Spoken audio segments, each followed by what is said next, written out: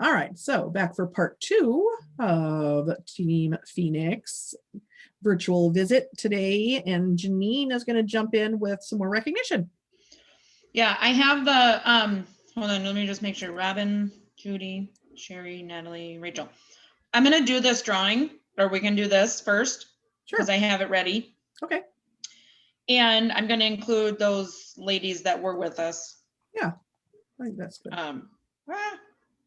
Maybe. If We'll Decide would cooperate. There we go. Oh, I almost started doing the Jeopardy theme song. Alex Trebek passed away. I know. We'll have him one moment. Yeah. Okay, Judy is our winner. Yay! Woo-hoo-hoo. Congratulations, Judy. Hopefully you come back and join us here. And if not, and watch the replay, you'll have some happy mail coming your way. All right. Okay, so recognition for September. Let's start with Rhonda's team. So top 5 were Jessica Ball with $1,084. Sarah Johnson with $1,076. So you two were like neck and neck. Alyssa with $619. Heather Berglund with $478. And Angela LeMay with $330. Yay! Woo-hoo. And then on Team Wildfire, we had Stacy Keel with $1,003 in number 1 place, Casey with $895, and Angela Lindstrom with $460. So yay!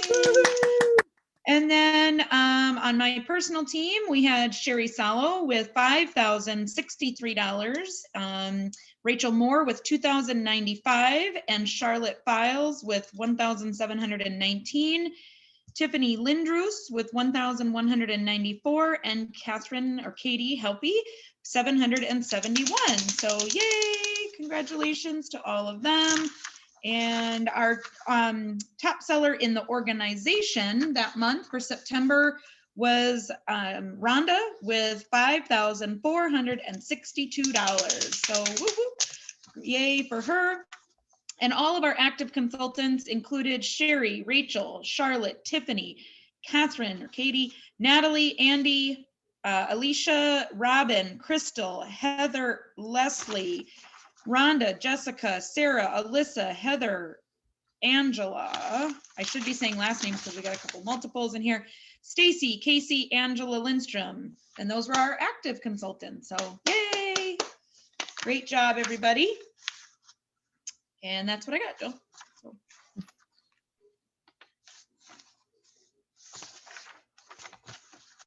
Oh, Jill muted herself for a second there. Yes, I did. Thank you, Janine. I've been still muted. All right. So now that we've talked about bookings outside of parties, at parties, actually not so much at parties, actually that's going to be part of this one. But you got the parties on your schedule and you want to make sure that every party is the best experience it can be for everybody involved and make the most of it. If you're going to do it, make it good, right? So let's talk about what that means and what would be considered a good party experience for the 3 groups involved, which is the guests, the host, and the consultant. You guys have any thoughts on those areas? What would be a good party experience for any of them?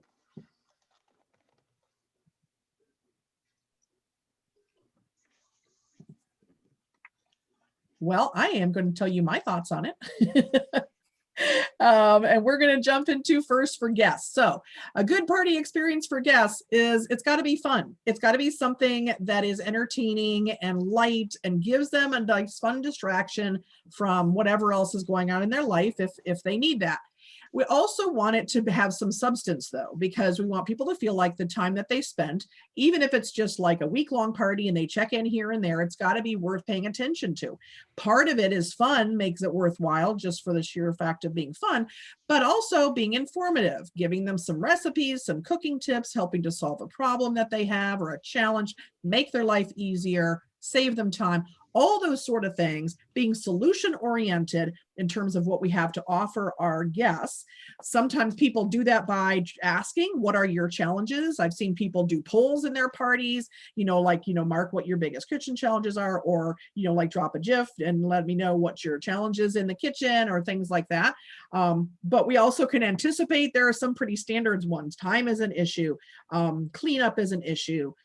Having the ingredients on hand, all those sort of planning ahead, knowing what to make for dinner, a lot of things that people have in common, and also just making it easier to do all those things, like with a good sharp knife and a food chopper or a garlic press, or things that are going to feed into that, making it easy to use fresh ingredients as not, and all the things that Pampered Chef Stuff is known for. So that kind of value that we can bring to a show is going to go a long way toward making it a good experience for your guests, right? Now, what does that mean? That means that they're going to be more likely to book a show. They're going to be more likely to spend some money and buy something, partly because they just had fun. And let's face it, people are in a good mood when they're feeling good about things. They're more receptive to whatever it is that you have to offer. And when you then turn around and offer them a solution that they're going, oh my gosh, that's exactly what I need, that's really a win for you as the person selling it, as well as for them when they're on the buying end, and they're going to get some products that they love. So what about the content then within a party that's going to help it to be a good experience for them and is going to get them engaged and paying attention? So this is my recommendation. I'm going to tell you right now, there are a million different ways to do virtual parties. And we're not even talking about cooking shows, because not everybody's doing them right now. But even just within the virtual party world, there are a lot of different formats that people use and things like that. I'm talking about the 3 days pre-party. I do a week-long show. Goes Friday to basically Friday. Go Friday to Thursday. Friday, Saturday, and Sunday. Guests have been invited starting Wednesday night and Thursday. Friday, Saturday, Sunday are pre-party. And then the party officially is Monday, Tuesday, Wednesday, and then we wrap things up on Thursday.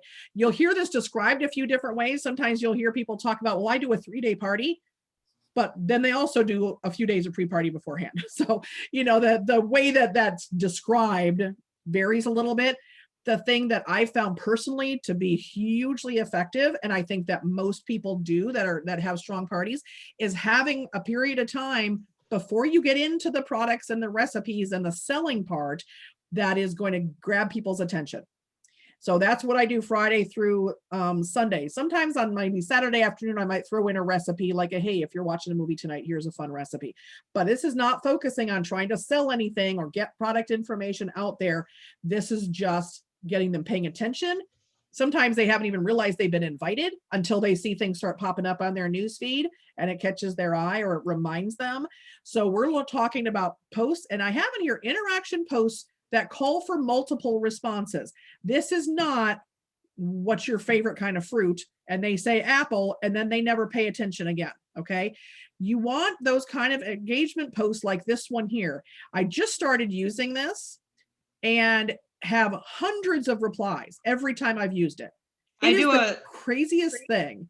Yeah, I do a similar one I had seen. It's a, basically a making words out of the, out of a name of a product. I happen to do it with, and this was not my idea, I totally stole this from somebody, but with the current Roundup product, because then you can also bring in the idea of the Roundup thing. Because I had somebody say to me one time how much they wished that Roundup information was in earlier in the party, like before they placed their order, so they knew, sort of about that. So that's part of my pre-party. But yeah, I just did one in one of Sherry's New People's launch party, and it's literally like 300 comments. Yeah, it's crazy the way people will respond to that. They just have fun with it, and you get them, they keep coming back and commenting again. And the key here is twofold. It's to get those people who are involved having fun, and the people who have not. Facebook gives more visibility to groups when there's a lot of interaction. So we're really being strategic here. Anything, these suggestions and things I have here, anything that you see in our training stuff, this is not random. It all is to serve a purpose, often multiple purposes, and it really does make a difference. So look for engagement posts. This one I post on, so like I said, I do pre-party Friday, Saturday, Sunday. I post this Thursday night. And it says, we're going to get started tomorrow, but in the meantime, let's see what we can do with this kind of a thing. And it's going to be something similar to this, that is not a one-time answer and then move on interaction post, but something that's going to really kind of keep people going. And it is amazing the response that you get, and will continue to get through the party. Like, you keep getting notifications, somebody commented, and it turns out to be this silly thing because they found another word, that they're still commenting on. It's crazy.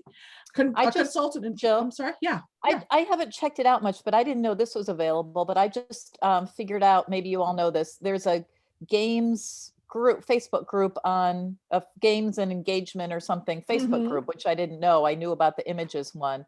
So I just joined that one. Absolutely. So, that is a great one. And you can Yeah. find all kinds of different things, and you can be strategic in how you use different types of games, depending Yes. on, like, if in this case you're just trying to get as much interaction as possible. Sometimes you're trying to get people to message you, and you use a different Yes. sort of a game where they have to Right. message the answer to you, so there are different things. But that's a great resource, Rachel. Thank you. Because there are tons of things, because people are just so sharing. I mean, there are thousands of consultants in this company, and they make things, and it's not always my style or something I want to use, but out of Right. tons and tons of stuff, you'll often find something that either you want to use or will trigger your idea of, making your own similar thing. Yeah, and it's nice. I found it nice, especially for theme things, Mhm. just like thank yous with fall leaves on them, or, Yeah, yeah. something like Yeah. that. And I was I blown could away do by all it, the but I'm not. Halloween stuff. I mean, there's so much Yes. cool Halloween stuff. It made me, like, I didn't find it until like the day before Halloween, and it made me think, I should have been doing this all of October next year.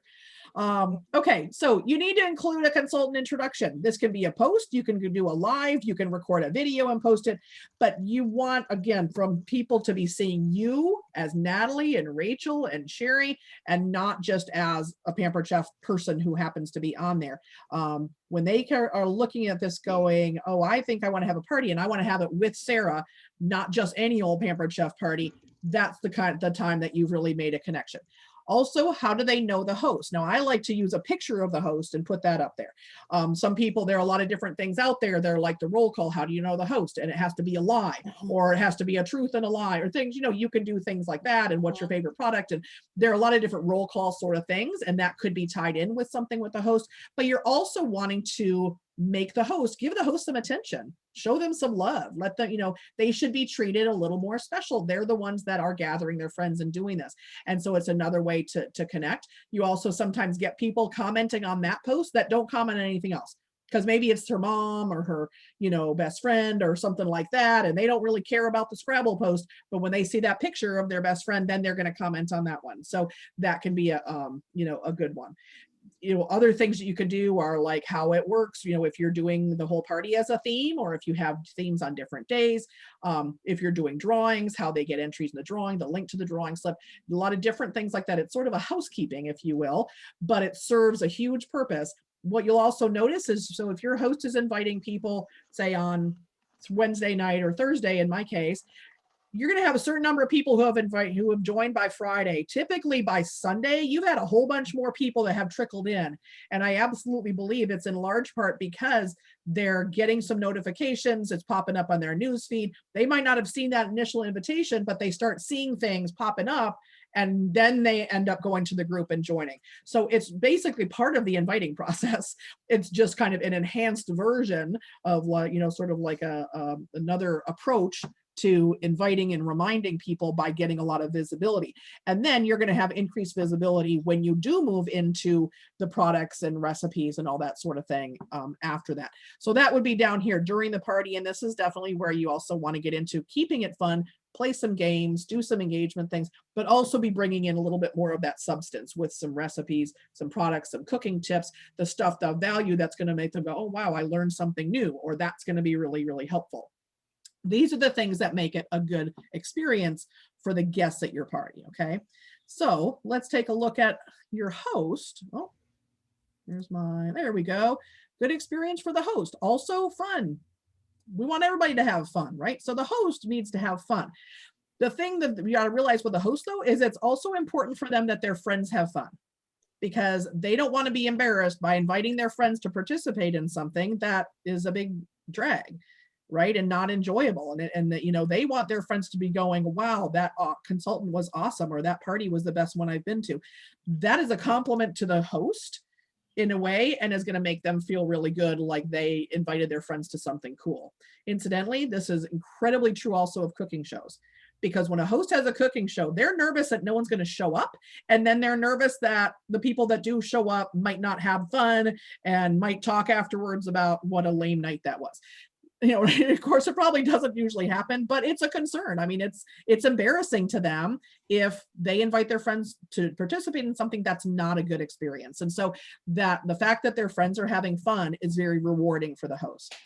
The next couple of things are kind of two sides of the same coin. Knowing what the host should know what's expected of them, and they should know what to expect from you. So we want to, of course, when we're especially, you know, booking shows, let them know it is going to be easy, but we don't want to say, oh, just have your party, I'll do all of it. And then you turn around and start sending them messages to post every day.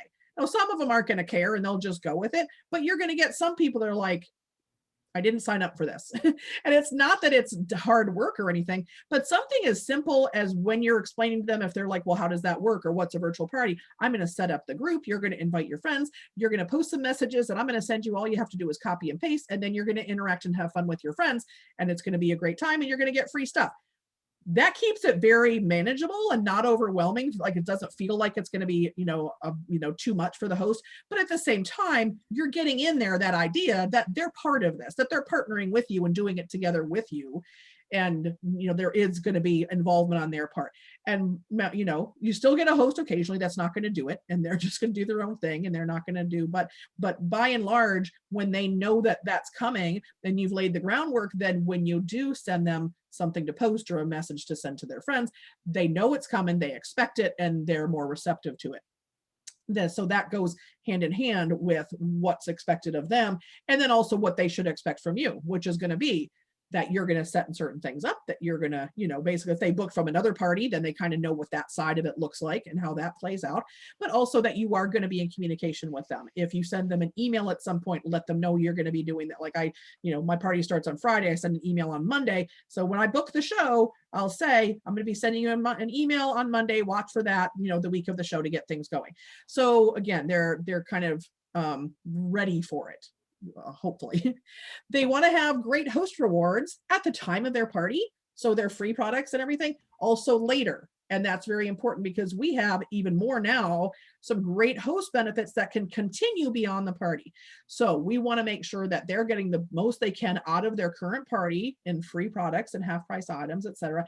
And then after the party with booking, so that they're getting the $50 credit that's available and the half price or 40% off item, depending on the timing for that. So these are all things that are going to contribute to being a good experience for the host. Okay. They come down to, in large part, host coaching, because it sets an expectation of what they're going to be getting from you, and it lets them know what they should be doing, and it keeps everything nice and clear. So this statement right here of what is host coaching includes multiple things. So connecting with your host, which is hugely important. Those connections, just same it is with our guests, with customers, so many aspects of this business, through good communication. So you want to be doing that clearly and concisely, whether it's email or messaging or however you choose to do it. You might be texting, whatever that is, but keep that communication open with them. And guidance, because you're telling them what to do, because usually they don't know what to do unless they've hosted before and hosted with you and did a good job. Don't assume anything. If they are a consultant with another company, don't assume that they're going to do things the way you want them to. If they've hosted before with another consultant, that person may or may not have done, effective host coaching, so they might not know that. So the guidance you're giving them is what they deserve in order to have the best possible party. Partnering with them, again, this is part of that connecting aspect of it, but this is very much a two-person thing happening between you and that host. And I always refer, when I talk to them about doing a party, I'm doing it with them. They're not doing it for me. And I rarely even say I'm doing a party for them. Like, I'm not going to say, oh, I'm excited to do a party for you.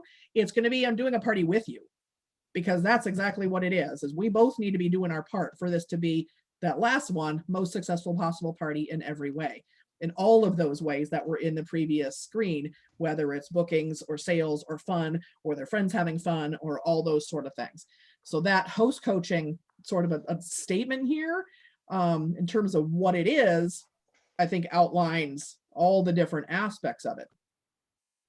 So then we're going to get into just really simple, straightforward, why do it? Now, I can tell you, and I'm going to speak for Janine on this, that we would tell you just do it. If you're not currently doing it, just do it.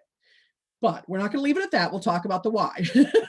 But even if you don't care about the why, just take our word for it and do it, because it makes that much of a difference in every aspect of the results of the current show and your business as a whole. So clearly, higher attendance. If you're host coaching them to invite a lot of people and to do that in an effective manner, higher attendance is then going to lead to things like higher sales, more booking leads, more recruit leads. Your host is going to be happier, which means you're going to get referrals because she's going to tell her friends how awesome it was to do a show with you. That relationship that you built is going to go into repeat hosts. You're going to have somebody who has a great party now, and then he decides he's going to have another one in 6 months when the new catalog comes out because it was lots of fun and he got all kinds of free stuff. It can easily lead to new team members because the relationship that you built with them helps them to feel more comfortable talking with you about joining your team. The last two, I think, are really critical and the kind of thing that you don't necessarily think of, although if you have children, you might relate to this. Everything you do is an example, good or bad, right? So in this case, the example, one of the examples you're giving in good host coaching is the kind of support that they would get from you if they join your team. So if this is somebody that is thinking, well, that kind of sounds interesting, but I really didn't like working with this consultant. They weren't clear. They didn't tell me what I needed to do, or they did it in a way that was sort of scattered and all over the place. They might be thinking, that's not going to be very helpful to me if I decide to become a consultant. I want to work with a leader who is going to provide good support. It doesn't mean you have all the answers any more than as a consultant. I mean, if there are times a host asks you a question, I'm like, I don't know, let me go find that out for you. But you've said, I'll find it out for you. You didn't just ghost them, right? So the support you give them when they're hosting is an example of the support you would give them if you were to if they were to join your team. So that's a really important thing. The other one is the example of how to do host coaching. And if you think of every host that you're coaching as a potential team member and you are training them to do their own host coaching. So think about, if this host joined my team and started doing his or her own shows, would I want them to host coach in the way that I did? This is not a case where we can say, do as I say, not as I do. They need to see an example from us and say, wow, I was a host. This is what that consultant did with me. It felt really good. It worked. I had a great show. I felt like I knew everything I needed to know. So I'm going to turn around and do the same thing with my hosts now that I'm a consultant. So that host coaching, again, this is not only, it would be important enough if all it really did was focused on the sales and booking and recruiting leads. But it really is so much more than that in order to build kind of the bigger picture of what's happening within the context of a show, the results you get now, and then some of those things that follow on, whether it's with a new consultant on your team or just, making referrals or rebooking a party or anything like that. So there's the why that goes along with the just do it and all the things that you stand to gain. Now, the good news is we have some great resources, and host coaching does not have to be a big, time consuming, scary mess of a thing. The key to having it go smoothly is to have a system and have it planned out. And I know early on with my virtual parties, I always had a good system for cooking show hosts once I bought into the idea I should do it, because I didn't do it at first. But then when I started, we had really good training from the home office on the calls that you made and did all that. And I did that. And then I started doing virtual parties, and I just didn't. It didn't immediately, it pretty quickly realized it, but I didn't immediately translate the whole idea and the necessity for it into what I was going to do to put it into practice in a virtual party. However, now we have a lot of information like that. So there's some from the company, there's some from different resources, kind of, throughout other Facebook groups and stuff like that with consultants. And within our own team tech and social group, we have host coaching resources there too. So if you've not already, I'd encourage you to go into that group. There's a learning unit about virtual parties that includes a section on host coaching. The group includes host coaching outlines that literally say it's, Friday, a pre-party, copy this, send it to your host. And what you're doing, and some of that is that you're giving something that he or she is going to copy and put wherever you tell them to send it. But it's a really, like, you can literally do it in 2 minutes every day. You get on there in the morning, you go to the day, okay, this is Monday, the first day of the party. I'm going to copy these, maybe a handful of things, put them into my message with my host, and you've taken care of it. And when you have a system for doing that, it makes it easy and quick, but it also means you're going to do it more consistently, because before I had a tool like that to use, I was just kind of winging it. Like every show was a little bit different. It depended on how much time I had and whether I was on my phone or my computer and, whatever, a lot of different things that were happening because there was not any consistency in working with hosts, and that made a huge difference. The host coaching outlines are Word documents, like I said, and it's all laid out, color coded on what's a message for you to the host and what's the message for them to send to their friends. And some things are variable, like engagement pictures and posts that you might want to have the host put in. So you can use the one in the outline, but really it's more of a concept thing. You could say, okay, I should send my host an engagement post. I don't want to use this one, but I get the idea that that's the kind of thing that should go here.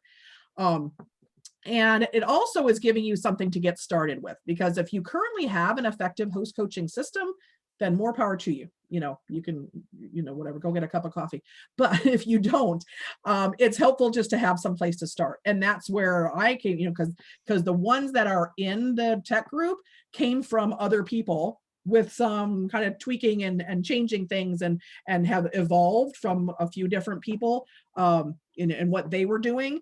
But that was so helpful to me. And I don't know, what Janine's kind of journey has been as far as host coaching virtual parties. But for me, it was helpful to have a starting point. And then I kind of took it and I reorganized it and I changed this and I did a little bit with it. But we need a place to start. So if you don't currently have that, do yourself a favor and your hosts and go pull up that document and use it. Download those on your computer, or you can put them in Evernote or Google Drive, something like that, if you want to have them on multiple platforms. And the 3 different situations are if you're doing block parties with multiple hosts that are together in one Facebook group for all their parties, or if you've got individual hosts on one host having their party, you're coaching one host at a time. Or you might have, before I started doing block parties, I might have 4 separate parties in a week, but I was still coaching the host together in one message group. Okay. So they each then went into their own party group and posted the stuff. So that's what they are differently. They're essentially the same thing, but just that little bit of different wording, singular, instead of plural and whatever, so you don't have to make those changes. And for block parties, that it plays out a little bit differently, but essentially you're going to have a host coaching outline for any of those situations to give you a starting point. You can use it exactly as is if you like it, or you can change some things up. Although again, I would say that in there, everything that's in there is for a reason. It's just like we were talking about those pre-party days for engagement. That's not random. That's not just, oh, I'm going to throw up there whatever it has a cute picture. There's a strategy to it. And the host coaching outline is the same thing. So if you're making changes, do it very intentionally and say, okay, I just don't like the wording, or I want to change the timing, or whatever it is. But I would encourage you not to just go in and say, I'm just going to skip that day. I don't think that's necessary. And we're just going to skip that, because there's a reason and that strategy for getting certain results based on the content that's in there and allowing you to be consistent with that. Does anybody have questions? Well, we'll kind of hold off. We'll have a chance for questions after a little bit. Okay. Now we talked about bookings outside of parties. And we're not going to spend a whole lot of time on this other than to a couple of things. This is all in the host coaching outline. All of the host coaching outlines have this segment, and it is just a hugely effective way to get bookings from your parties. So I can share this screen with you if you like the screenshot. But like I said, you will literally find these same words in those host coaching documents. The idea here is to get your host partnering with you to get bookings. And especially since the company added this $50 credit for 3 parties, I found this to be incredibly effective and hosts very responsive. Now, again, not everybody, some still don't want to do it, or they just don't even respond. That's okay. But then I've had ones where I've had, 6 and 8 bookings from a party. because that host, now she gets on a roll and she's messaged so many people, and then we got a good response, and then we want to make sure she has at least 3 to get her 50. So she got like 8 bookings. I'm pretty sure she's going to have at least 3 that qualify to get her $50 credit. But it's given you some leverage, a reason besides just me saying, hey, we should do this, for them to really get on board partnering with you in this challenge. And essentially it's getting to where they message their friends so that the message goes through, but they include you, because if they only message their friends, you have no idea what they're saying, or if the friend has a concern or an objection, chances are the host is not responding to it in the same way that we would if we were given the opportunity. But if you message the host yourself or the guest yourself, they are probably less likely to see it because they're probably not friends with you. And they also just might not respond to you as much as they respond to a friend. So it's really kind of covering both of those things and getting the host to initiate the conversation, to, make it more likely their friend is going to see it and respond, but also allowing you to be part of that conversation so that you can let them know when your show dates are, or answer their questions, or if they're like, oh my gosh, I'm so busy right now, I can't. And you can say, oh, no problem. I'm, setting up shows in December too. But if they said to their friend, I'm really busy right now, they probably would just be like, okay, never mind. So that's where, you don't want to just send the host off to do it on their own. You're not going to get the same results. So this is a kind of, balancing between there and really building that partnership. And in the host coaching outline, where it has all of this information, it also has like a response that you would make. So once the host sends that guest message that's at the bottom here, then the outline has a message that you could send to follow up with that. So there's more about that in the in that host coaching outline as well. Okay. So, all right. Now let's talk about how we're going to have it be a good experience for the consultant. Also fun. If you guys are not having fun with your parties yourself, then change them up a little bit. Now, that doesn't mean you're going to want to change every party every time, because that's not going to be fun. It's going to make you crazy. But the fun part of the parties, I believe, is not from what I post. It's not what recipe I put up. It's the interaction with the people there. So that's the part that makes it fun. So the good news is that's also what makes it fun for the host and the guest. So it works for everybody involved. And really that kind of engagement and interaction with people is going to get you a lot more results from the party than worrying too much about what products you post and what recipes you put out there. You want that to be a value. You want them to see something that's going to be good, but whether they see this piece of cast iron or the quick cooker, neither one is going to make or break the experience that they have, because they're both fabulous products, right?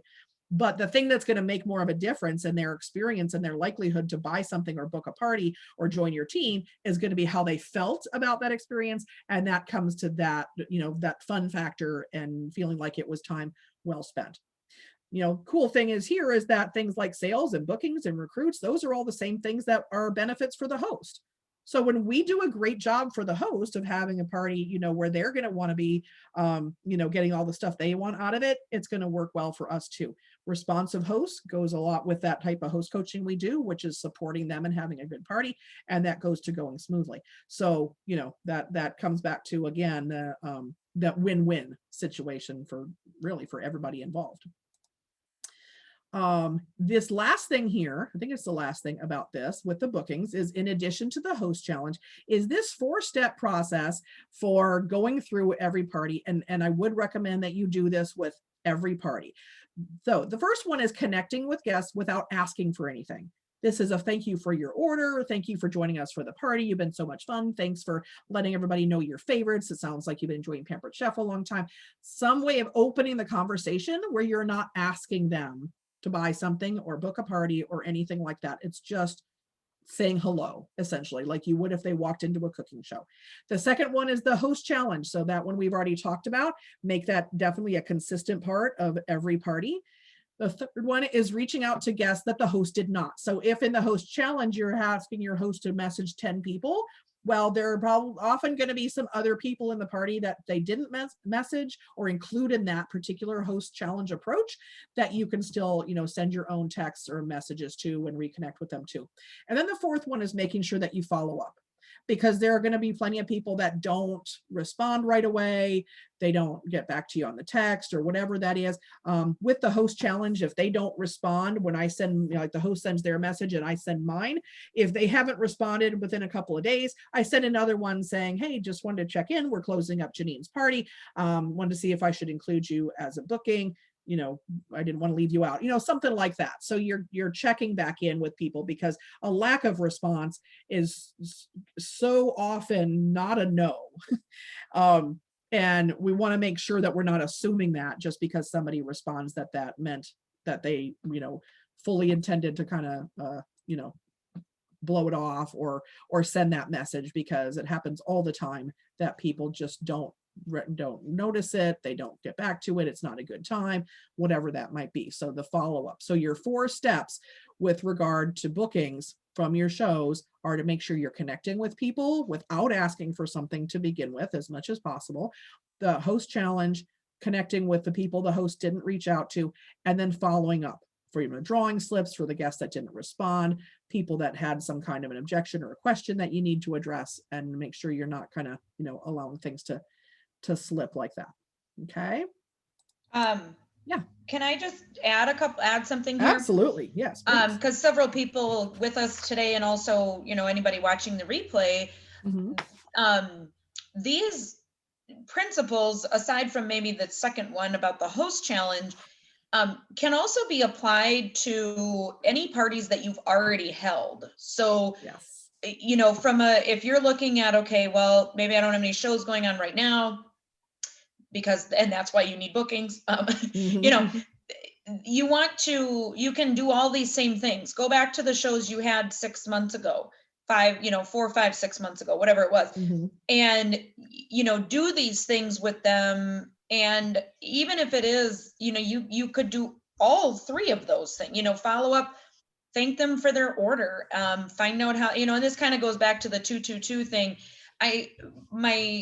I guess what I want to stress is, like, if you guys are sitting there thinking, well, I really missed the boat on that party and that party and that party, because I didn't have, I didn't know this. I didn't have this information. I hadn't thought of that. Don't panic. Excuse me. Don't panic. Like, it's perfectly fine to go back, regroup, and do that with the parties that you've already had. Absolutely. I absolutely agree, Janine. And I would add in there that I had a thought. I'll be honest with you, I haven't done it, but I think it's a great idea because I had this thought. So on the $50 credit now that our hosts can get, right? I think it would be really cool to go back to previous hosts that maybe didn't get a lot of bookings from their shows and say to them from 6 months ago, there's this really great host benefit Pampered Chef is offering now. It wasn't available when you have your party, and I would like to offer it to you. And do the same thing, reword the messages a little bit. But if they get 3 bookings, even if they were just barely qualifying shows, that's $600 in sales. You've made over $50. Okay. Well over $50, and have those as, like potentially much greater sales than that, and future booking leads and stuff like that. So you've got the whole value of that. So I would say, let them know that, and say, if you want to, work with me, we can get 3 bookings with your friends. And when that third party takes place, I'm going to give you a $50 credit. And it actually, depending on how you do it, you can make it like a $50 product amount on an order, and you're going to make commission on that. So it's not even going to cost you the whole $50 anyway. Right. So I think you could really work with that in offering your own $50 credit, and it's giving you kind of an excuse to go back to some previous hosts. For those of you that have been in the business role, they could be a year or 2 years ago. I mean, it doesn't, but I think everybody's been in for at least probably, 4 months, 2, 3, 4 months, even if it was in August, where we didn't have that anything before September when they first started doing that $50 thing. So anyway, I would say that could also be a time that you're kind of leveraging the $50 credit as a reason to go back to those hosts. But I would do it in terms of, if they were interested in doing that, I would approach it in a similar manner to the host challenge with the messages, the 3-way messages. So that you're again, saying, you can be part of that. So Jill, you're saying go back to a previous host, and not that they're going to host again to get the new 3 booking bonus, but that they're going to reach out to 3 of the people that, or well, you're gonna want them to reach out to more than 3, but they're gonna try to Right. get 3 bookings. Right. Okay, and then you're doing it you're giving them that $50. Right. Because Got you it, could okay. certainly reach out to them and say, you know, here, we've got this new thing. You could host again and get it. But a couple of things. First of all, if they just hosted in August, it might be too soon. But Yeah. also, if you get them rounding up 3 bookings, now you have 3 bookings instead of 1. Yeah, If you had 3 past hosts do that, you've got 9 bookings instead of 3. yeah, right. You know what I mean? And they still get the $50 off. So, you know, you're, you know, expanding. It's abundance. It's all about abundance, right? So it's abundance for them to get $50, and it's abundance for you, and it's abundance for their friends that book a show because they get all the host rewards. So see, Yeah. abundance is everywhere. But yeah, that was my thought. And like I said, I full disclosure, I have not actually done this, but I think it's a great idea. It's kind of a So neat if any idea of you- though. if any of you do it, let me know, because I would love to hear how that goes and if people are interested in jumping on it. So, all right, guys. Now, last thing is in terms of kind of the experience, the guest host and consultant experience, in a general sense, and this applies to all of those experiences that the guests and the hosts have and everything, is that people want to do business with someone they know, like, and trust. This is a pretty standard you know, concept within business in general and sales maybe in particular. And I think it applies absolutely to our business.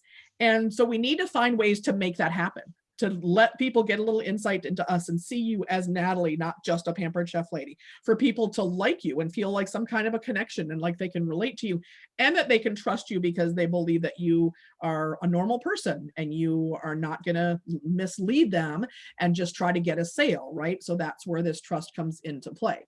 So I'm going to give you a little exercise on coming up with a very brief way to tell your story and encourage this connection and to enhance that know, like, and trust opportunity. Okay.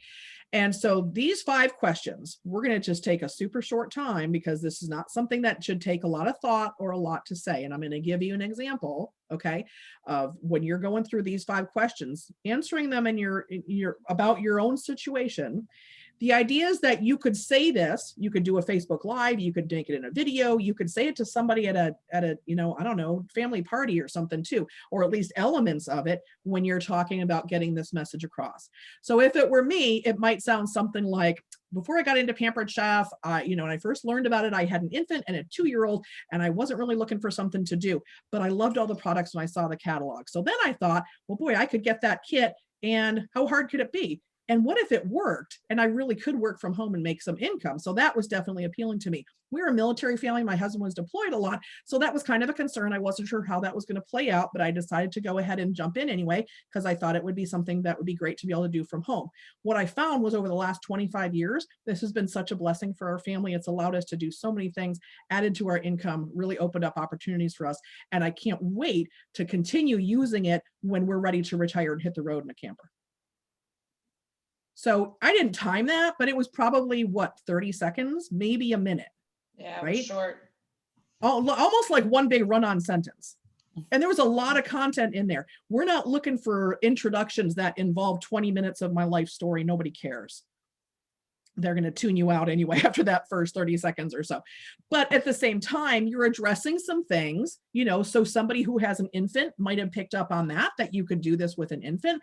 The fact that I wasn't really looking for something, but I loved everything in the catalog. And that's what motivated me to get into it. I had a concern. My husband wasn't around. I wasn't sure how that was going to work, but I jumped in anyway. And we, you know, figured that out, the way that our life is better and what I'm looking forward to.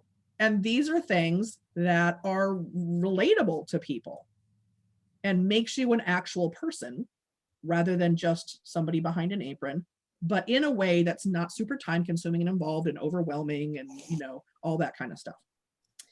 So this is where we're going to use these breakout rooms, you guys. So I'm going to, let me see. So we've got how many people?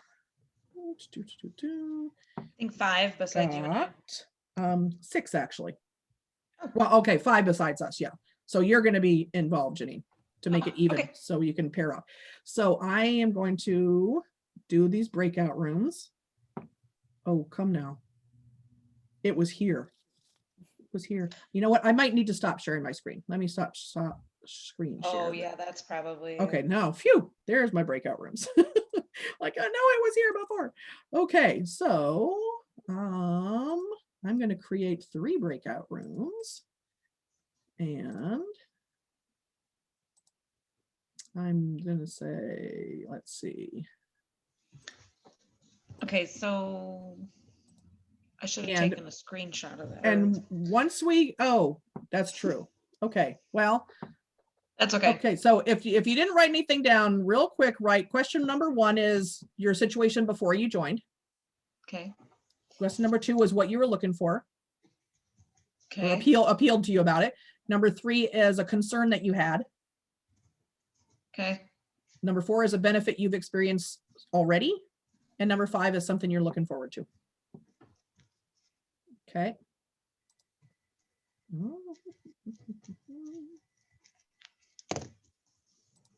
And I've just put 2 of you into each room, and I will like close the rooms in a couple of minutes. So, oh, sorry. Okay, here's what you're supposed to do. What you're going to do is you're going to have 2 people in your room, and I want you to swap stories. Basically do what I just did, just to practice this. Okay, so kind of take turns a couple times, listening to each other, run through that little short run-on couple of sentences that address these 5 things. Okay, does that make sense? Anybody have any questions? Okay, so I'm going to open the rooms, and then I will close the rooms, and you'll hop back on here with me. Okay, in a couple minutes.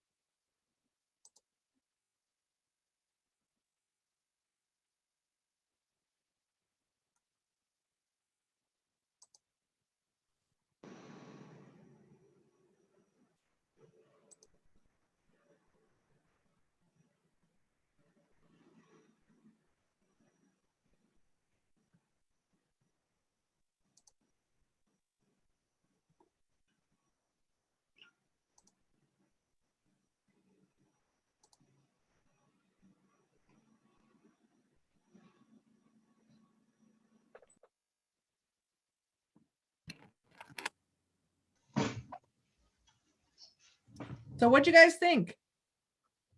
The breakout rooms are cool. That's cool, isn't it? I'm so glad I figured out how to use that feature. We I've didn't, been- we didn't get a chance to finish. I was talking too much. Oh, Oh. well, that's okay. Tell you what, you guys are all on Facebook together, so you can message each other and, you know, like set up your own little side chat if you want to and practice some more. But did it kind of make sense and find a flow for you as far as sharing in a you know, a brief kind of a brief but meaningful kind of a way? Mhm. Yeah. Good. Well, and again, I can share that image with from this slide with Janine if she would like to share it with you guys, or you can watch the recording and take a screenshot or something too. All right, so now before we move on, sort of questions about this stuff that we've just covered, like the virtual party experience and making that a great experience for guests and hosts and customers, or guests and hosts and consultants. All right, then Janine, I think we need to do another drawing. Oh, yes. Wait, I do have a question. Sure. So when we were talking about the like connecting with guests and specifically like direct messaging them, Uh-huh. do you ever run into the issue of like when you're not friends on Facebook with someone, Mm-hmm. the message doesn't necessarily show up in their messages? Mm-hmm. So how do you like do you just keep That's a great messaging? question. And actually, we're going to talk about that in a minute. Okay, great. So thank you. That is a very good question. All right. So Janine is going to do a drawing. And can you see that? Oh, Natalie is our Woohoo! winner. Yay. Yay. All right. Happy mail coming your way, Natalie. All right. Now we're going to do another poll. You guys get ready. Let me find which one I want. There it is. I love these poll things too. There's so much fun with Zoom, huh? Who knew? Who knew you could have so much fun with Zoom? All right, guys, here's a poll you can answer real quick.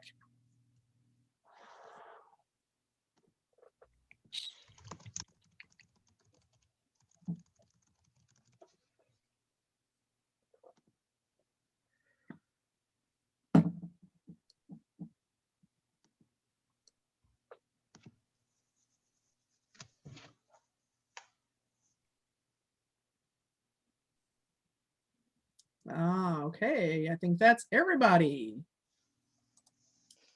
So I'm going to share the results.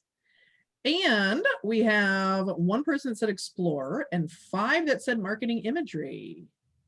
It was a little bit of a trick question, but not entirely, because marketing imagery is where you can find images and video content, somewhat organized by categories. But what I was looking for was explore.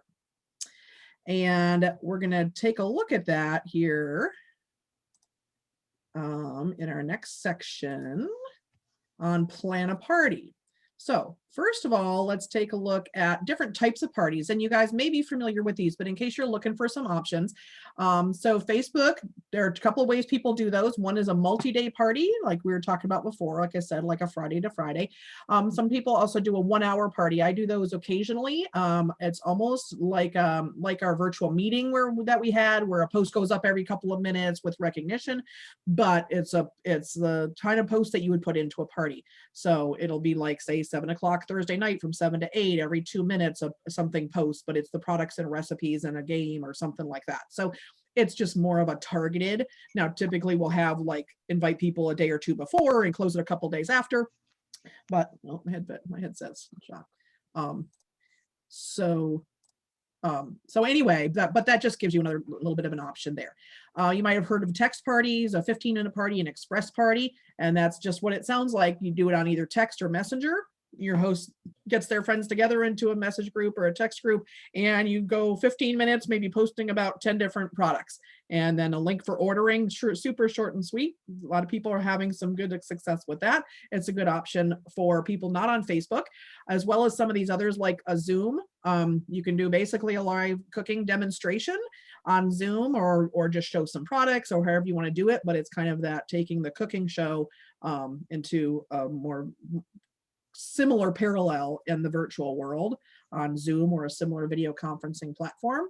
You can do a Facebook Live thing. I've known people that do that. So it's within the context of a Facebook party. It might be kind of like that 1 hour thing, but instead of an hour worth of posts, they go live for an hour or 45 minutes or 30 minutes and do a recipe demo. So it's more substantial than a quick little live that you might do in a multi-day party. It could be within the context of a multi-day party, and maybe it's going on for a week, but one night during the week or afternoon, you do a more extended Facebook Live. That's your actual cooking demonstration where you're, doing things a little bit differently. There's a platform called Squee that some people have been using. You might have heard of that. And there is information actually on Consultants Corner about Squee. It's specifically for direct sales parties. And it's, you'd have to explore it. I've looked into it a little bit. I don't want to try to go into like all this of how it works, but if you're looking for another option, you might like that one. It does have to be done as like the 1 hour party format. It's not a platform that would support going on for like a week long. So you would need to do it in a shorter time frame, kind of like everybody gets on at the same time, sort of a live.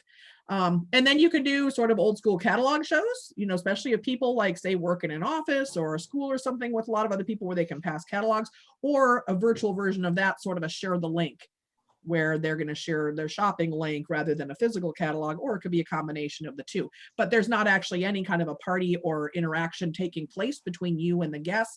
It's just the host passing around either a physical or a virtual catalog. Now, when Hey, you're Jill. yeah. Sorry, just one, if I can jump in here. Also, another option would be WhatsApp, right? Yep. I believe another, from a technology platform. Right. That's standpoint, absolutely like- true. So that would be basically a text party. The difference, like we have some people on our team that use WhatsApp, and like Wendy Nightingale does, and she does it for basically a 1 hour party. But instead of being on Facebook, it's all done by text. It's a little different than the text parties, like the 15-minute thing where you might only share like 10 products and it's really short. So she does it as more of a more comprehensive, if you want to call it that, more involved party, but it's on WhatsApp with texting rather than Facebook or something like that. So, you have some different options. Basically, it's where your people are.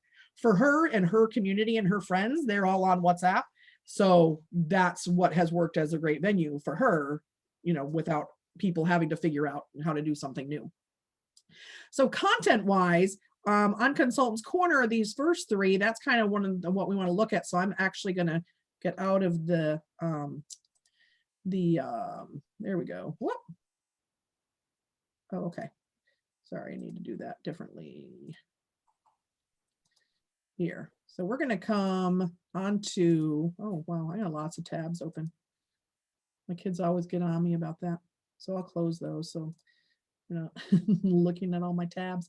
So on Consultants Corner, we are going to go to Explore, because this is what I was talking about. So that poll that y'all took with marketing imagery, which does have the content in it, but I wanted to look at a different, an area of Consultants Corner you might not be familiar with that is helpful for that organization and planning. So it's under the Explore page, under Consultant Tools, Plan a Party.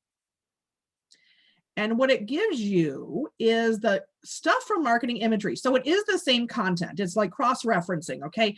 But in here, it's broken down by the times during the party that you might use things. When you go into marketing imagery to the plan a party category, you end up in the same place. Okay. So yeah, that's. So if that's what you all meant by marketing imagery, then That's what I meant, because that's how I get to this. Oh, okay. Yeah. And then it just has categorized, because in marketing imagery, you can search on anything like, gift sets or something, and it breaks it down by like recruiting and booking and things like that. This is I think a more detailed breakdown of the different areas, like during the party or the wrap up, some of the sets, the back to school, all these different party themes.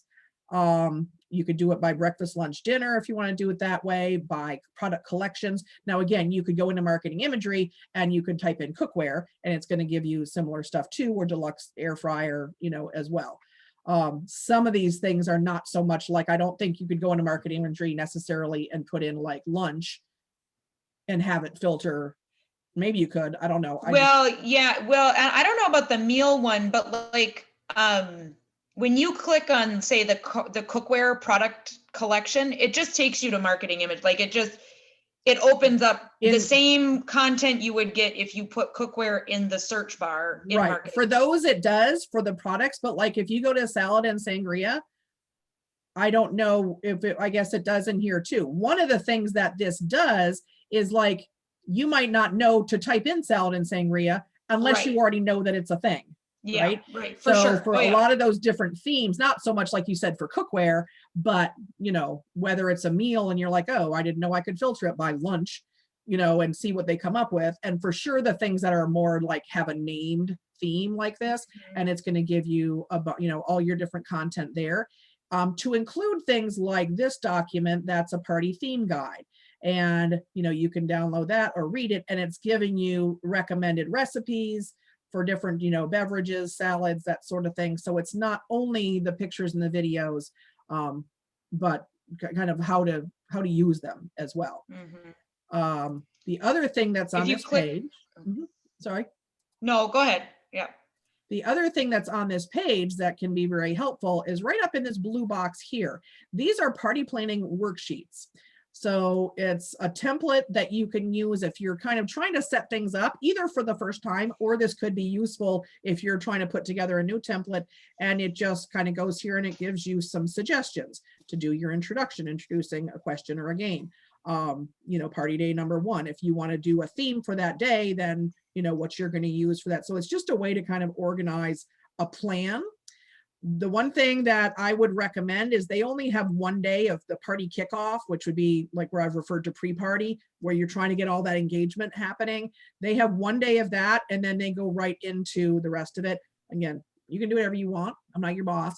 My recommendation is to have more time for that interaction and engagement to get people, really paying attention to and participating in the party.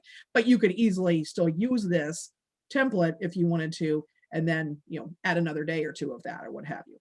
And then there's also the in-person one, if you are doing in-person parties or want to start doing those, kind of giving you, in this case, it's like what to take with you, and, your paperwork, and, kind of, planning as it says.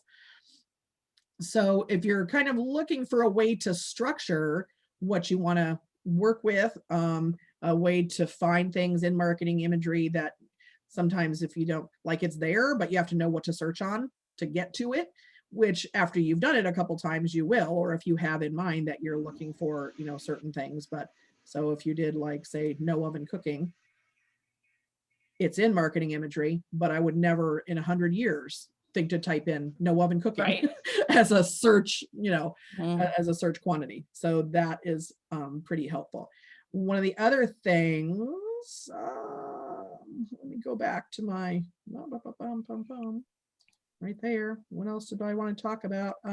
If you're not familiar with this, we're going to pop into the Tech and Social group and make sure everybody is in this group. If you're not currently asked to join, or Janine can add you, but there are learning units in here that go through things about setting up your party on Consultants Corner, but also like the party itself.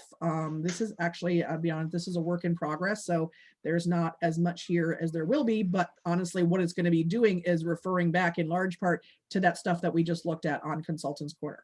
But I did want you to know that this stuff is here. This is where the host coaching documents are, that we talked about. So I wanted to kind of bring in this from sort of an organizational standpoint for where things are, and finding those resources and systems and putting those in place that are going to help you to be more organized and stay on top of things and not be kind of reinventing the wheel with every party. So your host coaching documents are in here. There's also a video on setting up a Facebook group, which I think everybody's done virtual parties, so you know how to do that. If you have not previously used a document, I recommend either grab one of these or make your own, but something that you can copy and paste from when you're setting it up, so that it'll take you 30 seconds to set up the group instead of, I used to go back to an old group and copy from there. which it works, but it's more cumbersome and it just takes longer. So if you have a standard thing that you do with your setup, if you watch this setup Facebook group video, and I just did this pretty recently because of the changes with Facebook. So this was updated with the new Facebook, and also makes reference to, and it shows how I'm using these setup documents to just kind of streamline that process. So if you'd like for that to be a little bit, if you feel like it's more time consuming than it should be, check that out and you might find that to be helpful as well. What else did we have here? Oh, and this one, Rachel already mentioned this, the party games groups.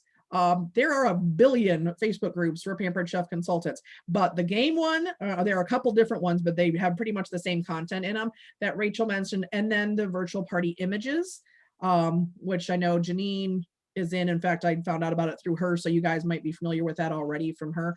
But that images one is fabulous. So such really good resources. If you don't find something in marketing imagery, I mean, some people like to make your own and that's great, but if you don't feel like it or don't have the time, there are excellent resources out there too. So if there's something like that that you're looking for, just know it's there, and then Janine or I or somebody can probably link you to it, or invite you or something like that. I think it's really helpful to know, what the resources are that are available, because they are helpful. But if you don't even know they're there, you don't even know to ask about them, or, get an opening to them or anything like that. And we can end up doing things kind of the hard way, longer or more than we need to.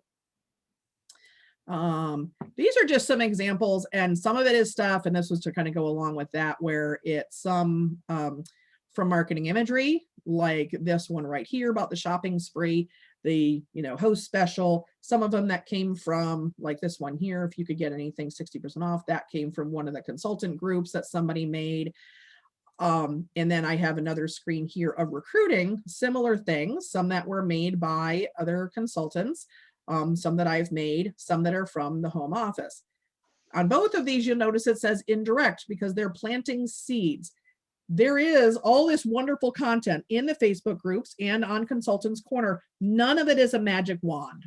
And it's really, really important to realize that there is no post that's going to get you 100 bookings. There is no one post that's going to magically make everybody want to join your team.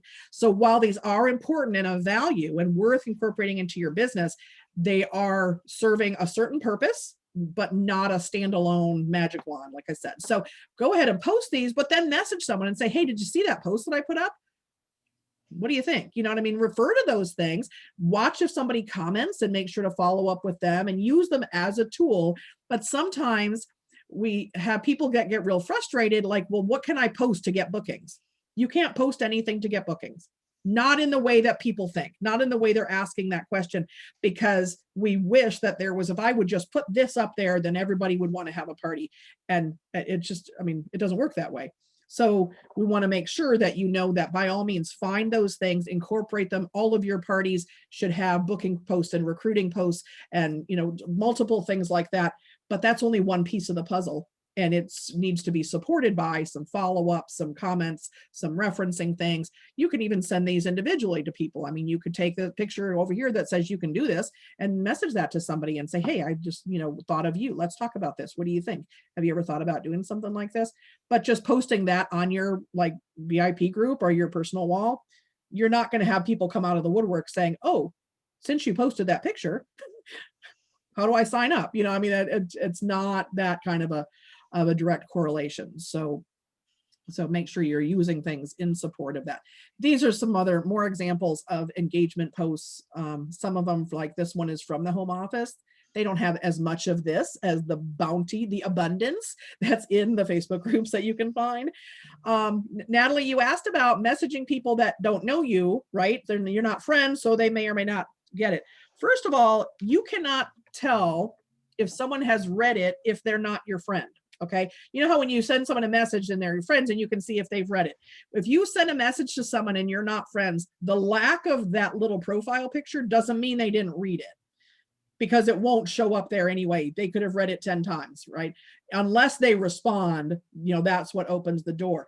So one of the things you can do to address that is within your party, do things that are trying to get them to message you. So for example, this engagement picture right here, name that TV kitchen. So it has, Married with Children and The Simpsons and whatever. So when I post that, I put on there, name the kitchen, and I put, but not here, basically not in the comments, let everybody else have a chance to play too. So message me with your answers. So then they message with their list of whatever. And that's opening that messaging corridor so that now if I message them, they're going to get it. And like, it's going to show up the same as if we were friends.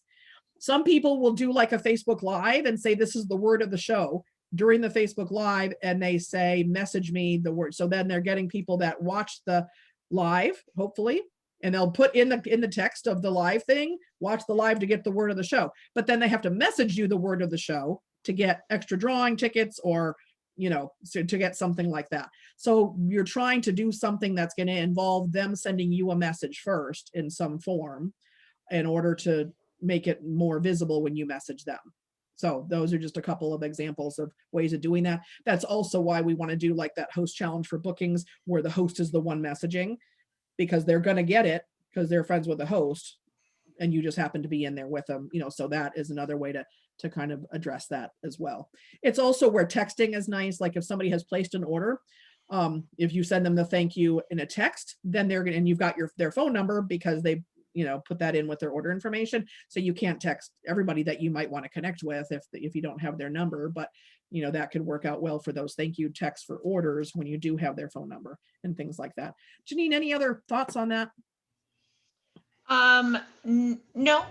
Okay. I think, those are important. I will say, just like from a personal standpoint, I love the company and I love everything that they do, except the engagement stuff that's in marketing imagery is a little lackluster. So I agree. I really don't use much of that. I use don't either. stuff like, that I get out of those other groups, or I've made some of my own. I'm starting to branch out a little bit and get a little creative on my own. So yeah, it's not their strong suit, I would say. No. So, all right. Now we're actually going to, guys, it's 5 minutes to 5 and I'm so sad because this time has just flown by and I don't want to be done yet, but yeah. So Jill, I don't know if you were already like going to talk about this, but I think it would be really beneficial because this was a huge game changer for me, is showing them the bookmarks. We had talked about this. That's actually in the next segment. So let's do this. I'm going to, because I've already pulled some stuff out. When I'll be honest with you, when I was making this whole outline, I had no idea how long it was going to take. So like when you guys were in your breakout rooms, I was pulling slides out of this.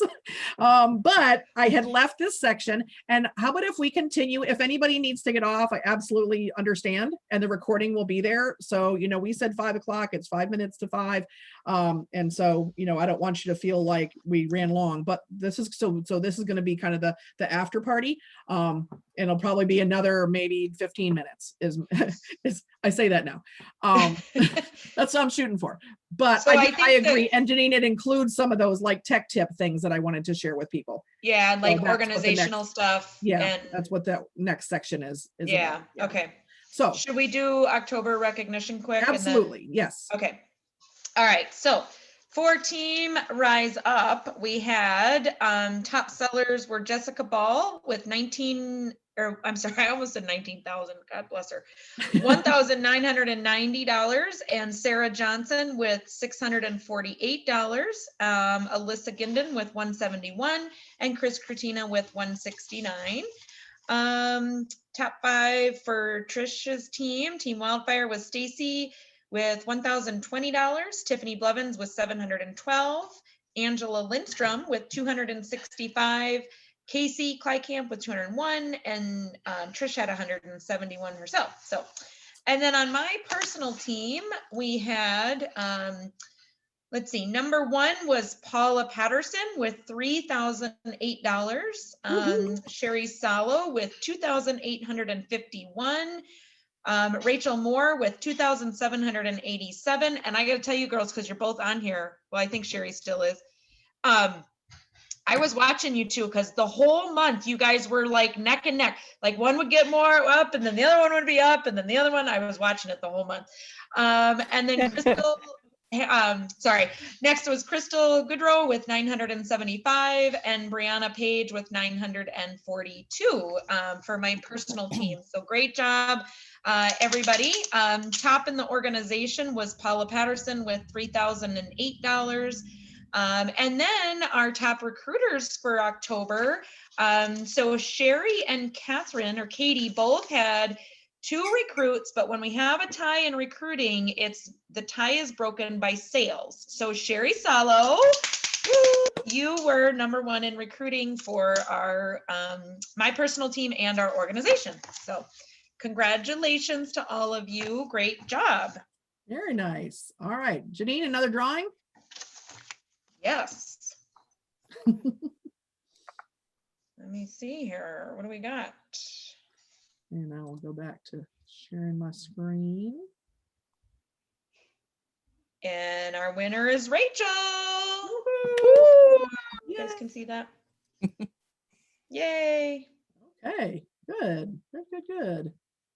Very nice. And all right, so the next bite of our Big Mac here, you guys, and it's almost dinner time, but is the consistency. And that encompasses many different things, because we're going to talk about the approach to it, and then some tools that will make it more manageable to be consistent. But it absolutely is a huge key to what we're doing, and starts with that and really goes back to kind of the mindset thing, because you have to decide you're going to do this. Consistency is going to be a pattern of your behavior, obviously, that you do on a consistent basis, but you have to decide first that you're going to do it. By virtue of the whole concept of consistency, it can't fluctuate. It can't be, well, I'm going to do it this day and I'm not going to do it that day as the mood strikes. That is the opposite of being consistent, right? So you literally cannot be consistent if you're not committed to what you're going to do. So that has to come first. The consistency is going to be a habit. There are tools to make that manageable. We're going to talk about that here in a second. But until you've made the decision that you're going to do it, none of those things are relevant. So that's the nuts and bolts, and it is important, but I'd really, really encourage you to make sure you're not focusing on the how before you have established a why. Why should I even bother trying to be consistent until I'm committed to doing something? And this quote here I love, because it's only going to make a change when you're more committed to your dreams than to your comfort zone. When you're more committed to the results of the change than maintaining the status quo. So that is the first thing here. Then you need to have a plan and you need to do the stuff, right? So because, just making the decision is only the beginning of it. The actual, activities have to take place as well. So commit and plan and do, but this next slide says, and then do it again, because it's not a one-time deal. It's not something that you have, kind of like the perfect plan for one day or 1 week, and then that's going to make everything else work smoothly till the end of time. It is a habit. This is another one of my favorite, and something I have to remind myself of, because I'm certainly not perfect in this, that we are what we repeatedly do. It's not a one-time thing that makes excellence, that gets things done, that makes things happen and brings amazing results. It's a habit of doing that consistently, and that's where you get into excellence. It's no different than somebody who wants to be a great tennis player. One practice is not going to do it. Even if it's the best practice ever in the world, it's not going to do it. It's going to be doing it over and over again that makes the difference in what's happening. So let's talk about the plan. And I'm breaking it down into 3 things here, starting with monthly. You need to every month look at your schedule and see what you have going on, and start with a plan, that bigger picture for the whole month. So that's where you're going to put in your personal things. Maybe it's school, work, doctor's appointments, family activities you have going on, your kids' ball game, anything like that. That needs to be on your calendar. But then you also have to schedule in your Pampered Chef activities, the ones that are the monthly overview things. So that might be a meeting. It's something like we're doing today. If you're working a vendor event, if you're doing cooking shows, those need to be on. If you're doing virtual parties in a format that is a Thursday at 7 kind of a thing, put that on there. If you're attending any other trainings within our team, put those on there. If you're attending or participating in anything from the company, they do the Teach Me webinars, and they have different informational things and opportunities to do things. All of that needs to be on your calendar. One of the things that is happening in this case is being very intentional about putting it on there rather than saying, oh, that's right, there's a meeting sometime. I don't really know when it is. If I don't have anything else going on that day, I guess I'll check it out. That approach is never going to get you anywhere, frankly. And let me back up a little bit to earlier when we talked about like a full for you calendar and the goals that you have for your business. Whether you want to do 2 shows a month or 20, these things are consistent because that's what's going to serve what you have going on. So this is kind of a planning and organizing and an approach that is very proactive to what's happening in your schedule. Does not only apply for people that want to be national executive directors in 6 months.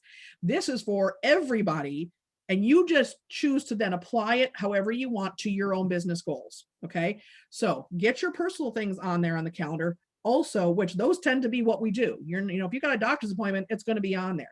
But if you have a Pampered Chef meeting that you need to be on Zoom at 7 o'clock Tuesday night, is that on your calendar? Or is that, oh, if I happen to see the post reminding me on Facebook, then I might get on there or I might not, we'll see. Make those appointments with yourself as high of a priority as the ones that you make with other people, because you deserve that. You owe that to yourself. And if you're going to do this, whether it's at a hobby level or a full-time career level, these things all come into play. So make sure that you're being intentional about that and not just kind of seeing whatever happens.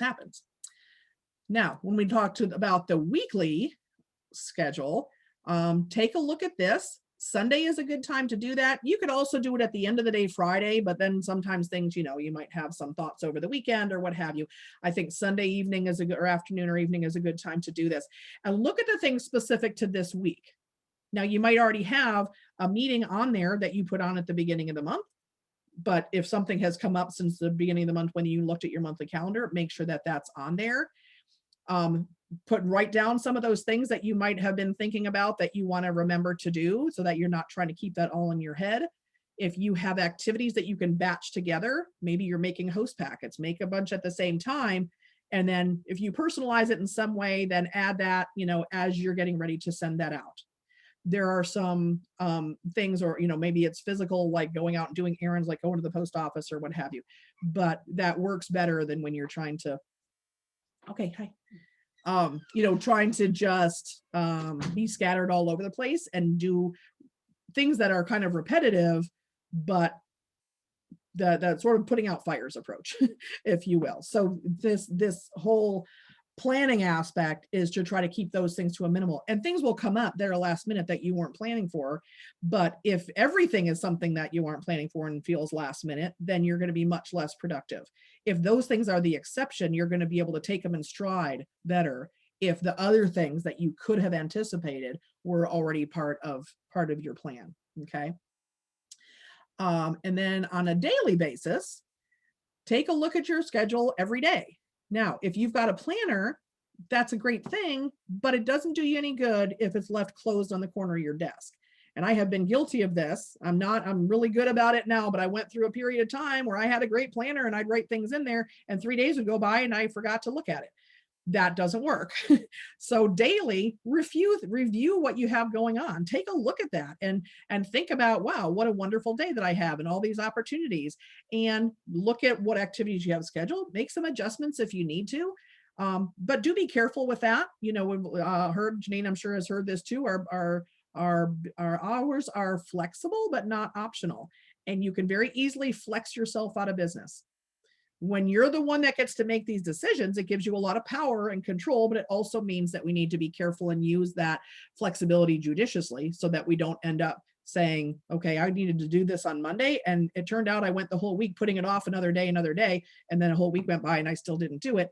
That's not really, giving me the kind of control and results that I want. So make sure that you're reviewing. So all of this, you might notice, monthly, weekly, and daily, the thing it has in common is being very intentional and making choices and decisions about what I'm going to do, where is that going to go, how am I going to make sure that I'm aware of it by reviewing it, weekly and daily, and not have everything come up as a big surprise, or after the fact, realize that I missed something fell through the cracks, and that is a big feel bad. And starts to make you feel like the business is too much, like you can't handle it. And the reality is we're much better equipped to handle things when we are being intentional about it, instead of just kind of, seeing whatever comes at us like a whack-a-mole and, trying to, work our business that way. How will you remember I have on here? And that is about, again, working it in a way that you are going to look at your planner, that you're going to set a reminder on your phone, that you're going to put a Post-it note on your computer, that you're going to do whatever it is that helps you to make these things happen. If you think about your son's ball game or your daughter's dentist appointment or your own lunch with a friend, you're probably not forgetting those things or letting things slide by without realizing it in the same way you might with your Pampered Chef stuff, because it's very easy for time to go by and us to not even realize until a while later that, we missed something. And so if you do that by putting that dentist appointment on your calendar, then that's the same thing you should be doing with your Pampered Chef. If you remember to be on a meeting because, you set a reminder on your phone to go off, 10 minutes before the meeting started, then, go ahead and do that. And whatever it is that you need to do to make these things actually get on the calendar, but then also take place, so that you're not just kind of forgetting them and missing out on things and having that be a consistent approach. One of the things that you can do, and this is a really good idea to get into some habits, and after a while it does become more second nature, but have a plan. So you've got your planner, right? Really critical. There are a ton of different ways, digital, paper, all different kinds, but you definitely need to have one with space for daily, not just a calendar with the month at a glance, but an actual planner with each day. But then think about what the activities are that need to go in there. Okay, make a checklist. This is one format, and what it is so these are weekly activities: host coaching calls, host coaching messages, making contacts, customer care, making host packets. These are things that are pretty consistently happening on a regular basis. So the idea of this form is that you would say, okay, we're in week 1 of November. These are the things I want to remember to put on my calendar. Or if I'm not, I want that to be a very conscious choice. Okay, I'm not putting, I don't know, errands on because I don't need to go to the post office this week. So that doesn't need to be on there. But it's not because I forgot I need to go to the post office. It's because I made a conscious choice that did not need to be on my calendar. If it's closing and submitting shows, if you don't have any shows that week, okay, that doesn't need to be on there. But again, everything wants to be on purpose, not by chance. Okay. These last 2 things down here, these are things that often get left off because they're not the urgency of closing a show or following up with a booking lead. One is Pampered Chef training that includes things like Dash, listening to training audios, maybe watching some YouTube videos. The other one is personal professional development. Those are super important, I think make a huge impact on your business, but it's not the in your face kind of thing that sending host coaching messages is. So I'd really encourage you to plan that into your schedule too. Maybe it's 10 or 15 minutes a day reading a book that's going to kind of, give you some of that personal and professional development. And, there are tons of those that, we talk about separately. Also doing some of that, the Pampered Chef training that's specific to Pampered Chef, whether it's on Dash, maybe, say, okay, 1 day a week, I'm going to spend half an hour doing stuff in Dash just to kind of see what's out there that I haven't done yet. Maybe it's going to be the Coffee Talk, which is a Facebook group, but what it is, the Facebook group is for a call-in number. They do Saturday mornings. They're about 20-minute trainings done by people in the field. Many of them are really, really excellent, and they're all recorded. You can go back and listen to them. So you might say, okay, if I'm going to be walking a couple times a week, I'm going to listen to a Coffee Talk while I'm walking, or find a podcast that's going to be some part of that, whether it's personal or professional development. But factor those into what you're doing too. That's, again, the kind of stuff that we all too often leave out of the plan. And we might think, yeah, that'd be a good idea. But if it's not on your schedule that Thursday mornings, I'm going to do some Dash training, I'm pretty well tell you a month is going to go by and you haven't touched it. You haven't even thought about it again, right? So make yourself some kind of a list, or I'd be happy to share this one with you if you would like to use that, or make something similar so that you can make sure that you're scheduling the activities that need to be done all the time anyway, but we tend to just kind of go day to day, maybe doing them, maybe not. It's not any consistency to doing them, but even if we are doing it consistently, it's going to factor into your schedule more consistently and more easily if it's kind of planned out that way instead of now it still might only be pockets of time. You might be inclined to say, well, I'm going to do a power hour when I'm going to do 15 minutes of booking messages and 15 minutes of recruiting messages and 15 minutes of customer care and then 15 minutes of doing host packets. And I'm going to do that for an hour every day. Okay. So that power hour approach can be really helpful. Maybe you're spreading it out over the course of the day and you're like, well, I've got 15 minutes here. I can send some booking messages. Deb Helzer was just talking to me that she's doing her 30 contacts a day and 3 times a day she sends 10. And that works better for her. She works full time. So it doesn't work as well for her to try to do 30 all at once, but she can catch a few minutes here and there where she can send 10 and then do that 3 times a day. So you find a way that works. It's not an absolute in terms of how it plays out, but the absolute part is to have a plan and put that into action so that you're not just winging it every day. A few things, and I think I'm going to not necessarily go into this quite as much as I had intended to as far as but anyway, there are some tools definitely that make it easier for you. If you're not currently using any kind of a scheduler, those are great options, and I'd be happy to, or Janine could, do like a whole separate training on that kind of thing. You can use Facebook Scheduler, which is the quick and easy way to do it. Then you have some options like Post My Party and ScentShare that are a little more involved, but give you a whole lot more to work with in terms of, kind of using them on an ongoing basis. You can automate some systems that comes into things like using that host coaching outline, using some kind of a checklist for your parties, a checklist for your activities that you want to make sure you get scheduled. Have some things like that, again, where you're not starting over every week or every day or every party, kind of feeling like you're starting over every time. That's not a good use of your time, and it's not gonna serve you. We talked about the tech and social group already and took a look at that, and I'm going to show you right now. Janine had mentioned this because it is super, let's see. Oh no, still sharing screen.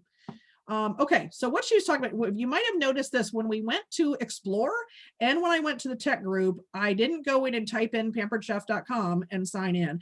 I came up to these folders. So under the Pampered Chef folder, I have all of the different places on the website that I go to frequently. So all of these different pages, some of them are links within a page like this today's sales report. Some of them are things like the reports and tracking, parties and orders, marketing imagery. So you can set up these shortcuts on your browser that is just oddly easier. Like doesn't seem like it should make that much difference, but to be able to go in here and click on Explore instead of going to Pampered Chef and, and if you're not logged in, it'll pop up with the login screen, but it takes you directly there. And I've done that with a number of different things. I also have a bunch of other things that are not like the home office, but just related to Pampered Chef, different blogs that I look at sometimes and stuff. Some of these are like, I have one for Dash. So if I'm going to go work in Dash, I can just go right into that shortcut and it's going to take me to Dash instead of going to Consultants Corner and then on Dash. And as much as it doesn't seem like that click or two would make a difference, it really does in the flow of how you're working. The Facebook Places one is shortcuts for our team and other consultant Facebook things. So we've got like a Director Bound we're running right now, our personal team group, our organization group, our director group, tech and social, just our virtual meeting group. So those are ones all related to our team. Then I've got one we have, like there's a Facebook page for National Conference, and our upline Pam Stokowski has a group for her directors. So that's what all of these are. There are things that are on Facebook, basically anything on Facebook that's not a party, because the parties I have over here. So these are parties that are either current or recently closed, so that again, when I'm coming in here and I want to go to Amanda and Elizabeth's party, I can do that instead of going into Facebook and then typing in the name of their party. You can use the shortcut thing for Facebook itself, but there's a limit to how many you can put there. And they tend to, kind of get mixed around. So this is what I heard recently somebody talking about. I thought this was a good idea. They have also a folder up here called closed parties, because I just delete them. It doesn't delete the party. It just deletes them from the shortcut from the folder. So like this one with Laura's launch party, I can just right click on that and delete it. It's gone from that list, though it's still on Facebook. but they, instead of deleting them off the list, they have a separate folder that's called closed parties, and she moves them over there because then if she wants to go back and post about like a new consultant special or holiday stuff or whatever, it's easier to access them that way instead of trying to go, wait a minute, what was the name of that party that I did 2 months ago? So I thought that was a pretty good idea too. If Can you've not you- done this before, Yeah. if you That have, was my question. How do you Yeah. do it? okay, so I'm gonna show you. Now, this is on, not on a Mac. If you have a Mac, I don't know if it works differently, but on my computer, this star right up here is what you're gonna use. So I've got this, so say I had just set up this party for Amanda and Elizabeth, I'd come up here and click on that star. And it gives me the different folders that are already existing up here. Now, the last time I did one of these, it probably was Facebook parties, so it came up with that. But if I was wanting to put it somewhere else, this shows me all of the other folders. Well, it shows me a few of them. If the one I wanted wasn't there, you could say choose folder, then it shows you the different ones like that. Okay. Now, if, okay, that more button also shows you the other folders. When you're just starting this out and you have not done it before yet, what you can do is, so if I click on that and I say I want it on the bookmarks bar, that's this bar up here where all those folders are, okay? So I can just put it a bookmarks bar and say done, and then that would put their party up here. Oh, you did other bookmarks. Oh, did I? Yeah. Okay. Oh, I did. Yep. And I wanted bookmarks bar. So if I did that, then it should show up, except I might not have room because there's a Yeah, link, only- like it's probably over here. Yeah, there it is when I clicked on those little arrows. But what I could do is also click on that and say more and come down to new folder. So that's what you would do if you're setting this up for the first time. Create a new folder that says like Facebook parties, and then it will create the folder and put that particular link in it. And then after that, the folder would be existing and you would just add things to that. So if you wanted to do that, like in this example, create new folders for Facebook parties and places and Pampered Chef and anything else that you want to maintain them for. But it really is a pretty handy way of working, and just kind of makes things go very smoothly. Another thing that I was going to mention was the text replacement. This is on your phone. If you find yourself, especially if you use your phone a lot for your business, certain things that you might send, messages you might send frequently, are where you can put in, like you set up a word or a sequence of letters that when you type that in, it fills in like the whole sentence or paragraph. Okay, so it just keeps you from having to either type it in or go find it somewhere else and copy and paste and put it in that way. I am going to be, you can look for in our organization group, when Sharon Sarah did our meeting and was our speaker last time for our team meeting, she talked a lot about that and has a whole file of them. She sent me her text replacement stuff. Yes. So I'm going to post that in our organization group. So you can, pull that if you want to, just either as examples or use hers. But you might put, like, if you want to send a thank you text to people, you could put like, TY1, and every time you type in TY1, that would insert the whole message, the whole paragraph or whatever you would normally send. So That was again, where I started with it, you guys, just to kind of slowly, just to kind of try it out, is that thank you text I send after every, on every order. mhm, And that is huge. yeah, so great. cool. I don't know how you set it up. Like, it depends on if you have it's different on every phone. I think, right? I'm assuming. I think it is. So Mine is, not when I'm in an individual message, but like if I'm just where all my text messages are and there's these 3 dots up at the top, if I go into there and then go into settings, then it's in more settings. So it's like, it takes a little bit to get to it, but at least on mine. yeah. Does anybody have any questions about any of just this couple of, tech tips that we wanted to share with you? And the whole idea is that all of this stuff, like doing shows and getting bookings, needs the support of a structure that makes it work, right? So that's what the planning and the organization and these tips are, because that way you can do the shows, again, 2 or 20, and have it be manageable and have it work for you, so that you're not spending a lot of time doing the stuff that's not productive. You can spend the time and have it be more in control of your time on the things that are important, like the interacting with your guests and sending messages and doing that kind of stuff. That's the meat of your business, and not spending time worrying about, finding this Facebook group or sending a message that takes you twice as long as it would have to. So, we want to reduce those time. I wouldn't say time wasters, but they take up more time than they need to, and than they deserve, probably. Jill, could you mind just sending like a list of those things so I could kind of work on them, A like list of which things? the shortcuts and the text. I think your last slide that you had on on the PowerPoint. Okay, sure. Yeah. I was trying to take a screenshot of it, but I have a new computer and I don't know how to do screenshots.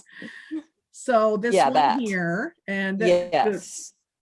and then I have on here grouping tasks together, and it already mentioned that, as far as kind of doing things like, if you're sending thank you texts to people from a party, they don't all have to go out as the orders come in. Do them, maybe in the evening, any orders that came in that day, shoot them a quick text, or even every couple of days, or something like that. So you're making kind of better use and working more efficiently by grouping things together like that. Then the last one I have on here is delegate, if you have that opportunity. Some people want to will hire an assistant and bring somebody into your office, and by all means go for it if that's what you want to do.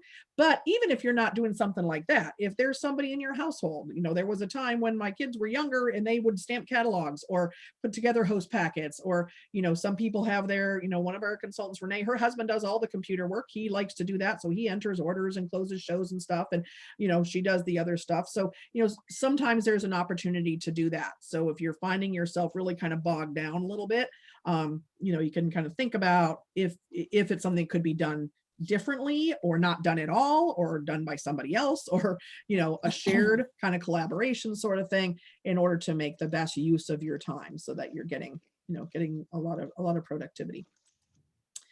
All right, so I guess, I don't know, we did a little of questions already with that. I don't know if anyone has any other questions.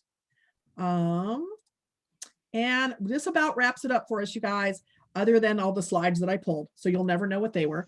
But, but I think we could easily be on here at least another half an hour, if not more.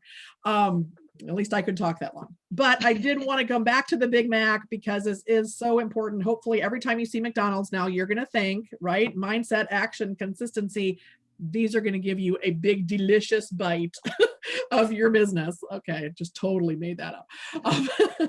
But it's something that will maybe stick in your mind, and that all of these things can be applied to support any business that you want to have, any scale, and that can change from today to tomorrow to next year. But the principles remain the same, of where your head is and your abundance mindset, taking the actions that are going to make that happen, and then doing them consistently, and finding systems that are going to allow you to do them consistently and not feel overwhelmed and that sort of thing. So this quote is really at the heart of our team name for my overall organization, which includes you, of Team Freedom. And this is actually from Sting, if you're familiar with him as a musician. A very famous quote of his. And I think this covers everything, because being able to do what you like, be someplace, or be a certain type of person, or have things, or do things, that is an incredible freedom, and can be completely supported by a Pampered Chef business. And sometimes what you want to do is within the business, like I want to reach this, get excellence awards just because I want that award. But sometimes, and probably more often, it's what your business can do that supports freedoms that are unrelated to Pampered Chef, like paying for school, or retirement, or allowing you to travel, or those kind of things, that where the business is a vehicle for the other freedoms in your life. So give yourself an opportunity to think about that, and what that freedom means to you, what it could mean to you, what you'd like it to mean to you, what that would look like. And then embrace it, and realize that all of those kind of things can really be done with your business and kind of to support everything else that's important to you. Now I have one more thing, and this is going to take us out to the end, and it's actually a video by Dana Wilde. And if you've never heard of Dana Wilde, you probably haven't. She is the author of a book called Train Your Brain. And well, yeah, I'm going to let her tell you what she's talking about. This is about 8 minutes long, and this is going to kind of be the end of our meeting. It is called How Can I Get More Clients? And you might be surprised at her approach, but I'm absolutely 100% on board with her, and encourage you to kind of give it some thought and try it out. Oh, wait a minute. Wait a minute. I need to make sure. I realized this last night. I need to change a setting. Audio settings. Hold on. I did this. What did I do? I found it last night. What did I do? Are you kidding me? Share computer sound. That's what I need. Promote that each and every one of us Let me go back there. to show. How would you like more clients? You know, we get this all the time. People always ask, like, how do I get more clients? And I'll tell you what happened the other day. I was talking with somebody who's in the Train Your Brain world, Train Your Brain Sandbox. And if you've been following me for any length of time, you know that I promote that each and every one of us is unique. We bring our own unique signature mark to our businesses. And so there's no comparison game where we all have our own perspective and our own histories and our own viewpoints and our own teaching points and all of these different vast areas that make us really completely 100% unique and different from each other. So we were talking about this concept, and this brain trainer was saying, you know, I get this and I'm starting to step into my celebrity. And if I'm so awesome, then how come I don't have more clients? Like, how come everybody isn't booking with me if I'm so great? And of course, I kind of had to laugh, but the answer is that's why. And what I mean by that is that sometimes we get into a habit of thought that we aren't even aware of. And when you're asking the question, why am I not more booked? Why don't I have more clients? Why am I not making more money? Why haven't I arrived yet?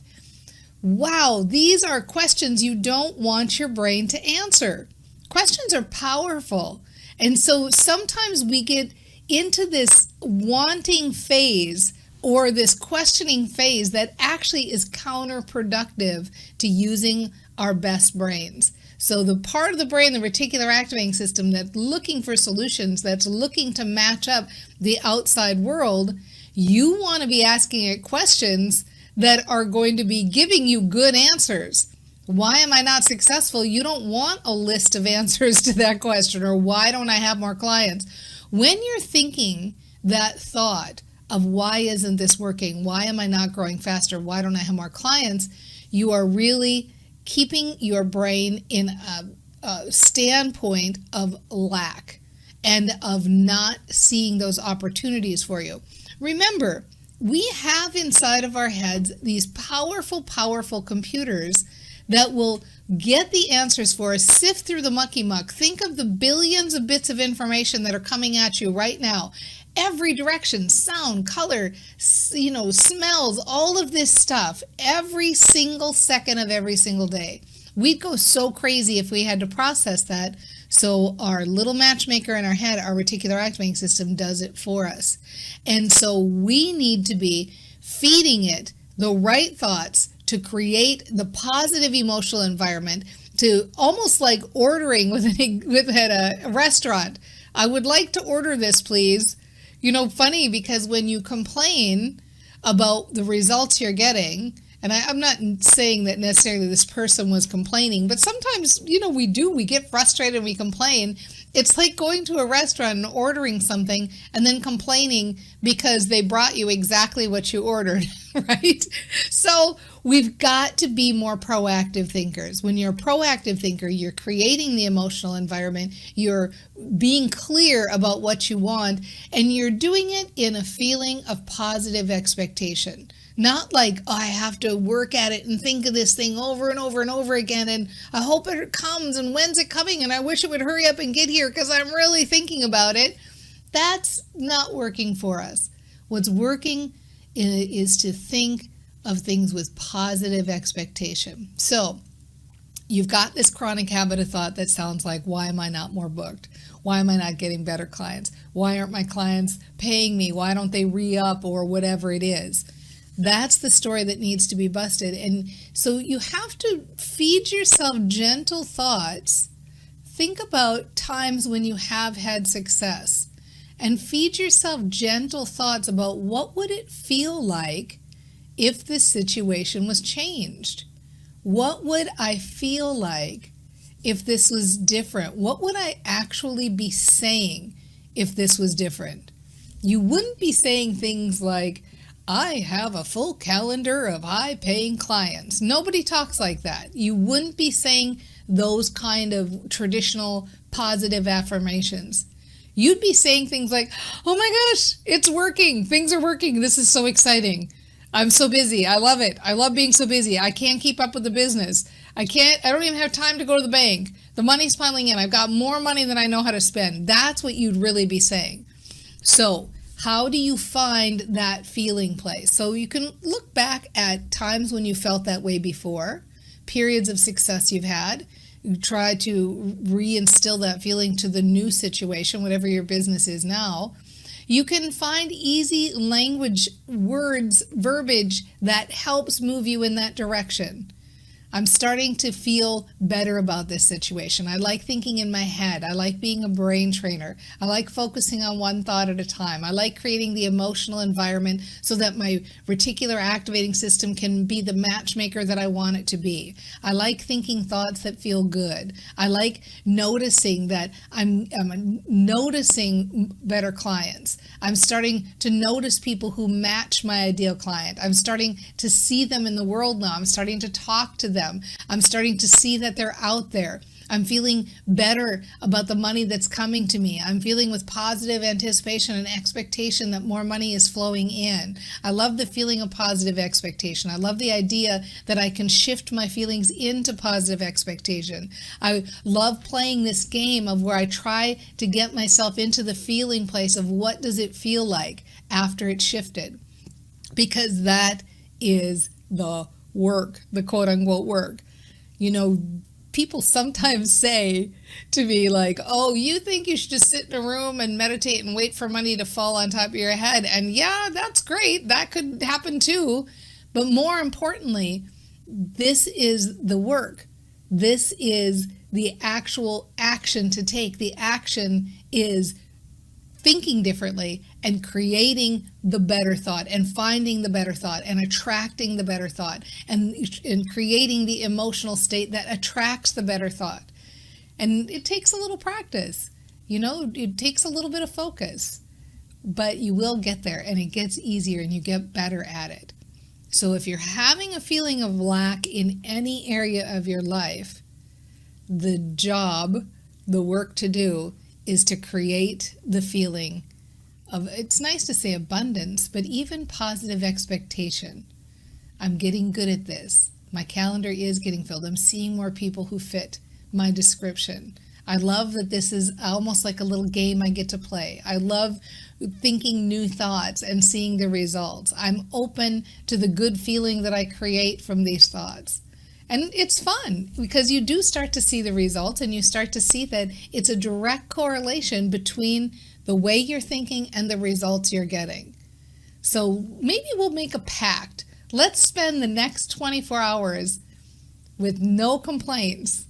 24 hours of no complaining. Let's just go 24 hours starting right now until tomorrow at this time. And if you can keep it going, bravo. But it'll be a nice little awareness test or a nice little awareness assessment of really realizing like, oh my gosh, I can clean up this messy thinking I've got. I can clean this up and be a more proactive thinker. And we'll make it fun because, you know, if it's not fun, it's not happening here in the Train Your Brain Sandbox. So you're on, I'll be doing it too. And we'll see you next time on The Mind Aware. Bye, everybody. Mwah. See you soon. So that's Dana. Thanks so much, you guys. I'm so excited that I was able to spend this time with you, and for you guys, especially that hung in there the whole time. And I'm sorry that it went long. And one day I'll, get a handle on on how long things take. But hopefully you found it helpful and of interest.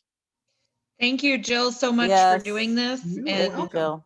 yeah, Absolutely. And to everybody watching the replay, if you were not able to join us, we missed having you here. Please let Janine know, or me, if there's anything you have questions about or would like to add or comment on or what have you, that you weren't able to do live. But hopefully you can join us next time. Okay. all right. All right, you guys have a great evening. Awesome. talk Thank soon. you, you too. Okay. Bye. Bye. Thank you. Bye.